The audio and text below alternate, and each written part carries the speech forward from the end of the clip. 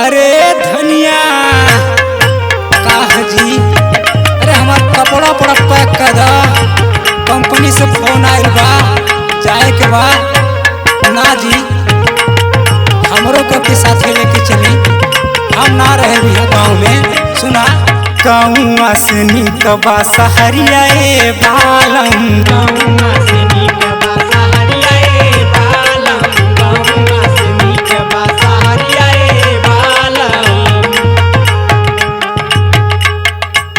हाँ गौवा से नीक बा सहरिया ए बालम, गौवा से नीक बा सहरिया ए बालम, गौवा से नीक बा सहरिया ए बालम। अरे छोड़ी देता घरवा के फिकरिया ए बालम, छोड़ी देता घरवा के फिकरिया ए बालम, छोड़ी देता घरवा के फिकरिया ए बालम।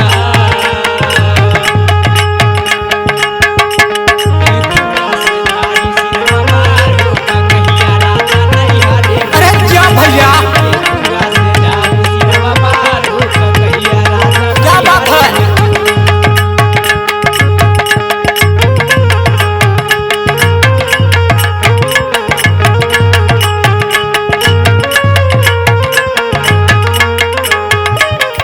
देखाऊ गुलाबिया के मिलत नइखे भावबा,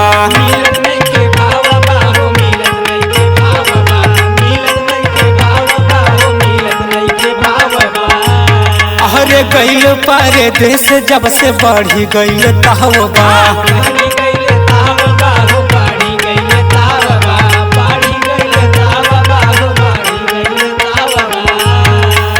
देखाऊ गुलाबिया के मिलत नइखे भावबा, गइल परदेस जब से बढ़ी गइल तहबा। अरे सास सासुर जो हेला डहरिया ये बहला, सास सासुर जो हेले डहरिया ए बालम, गौवा से नीक बा सहरिया ए बालम।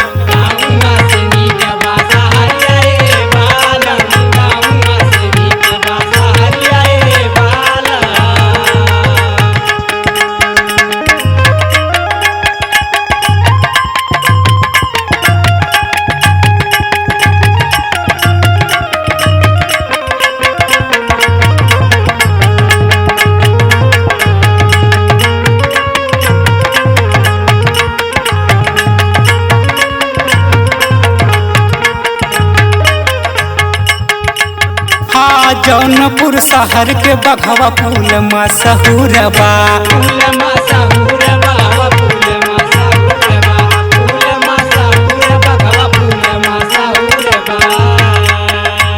हाँ हाँ कमला की भाड़ा नाही तनिको दूर बा।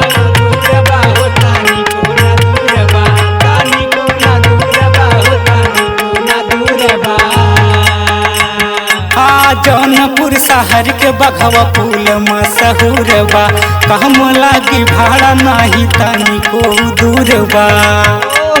देख बोलनगंज के बजरिया ए बालम, देख बोलनगंज के बजरिया ए बालम, गौवा से नीक बा सहरिया ए बालम।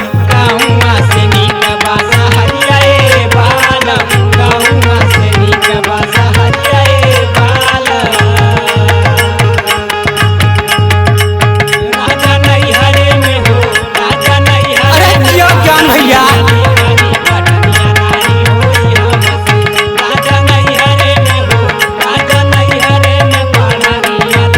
बात सही भैया।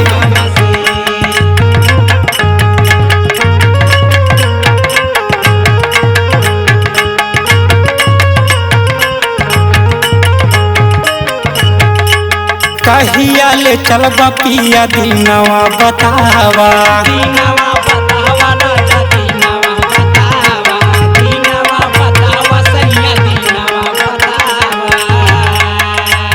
हाँ आजुए तू जाके सैया टिकट कटावा।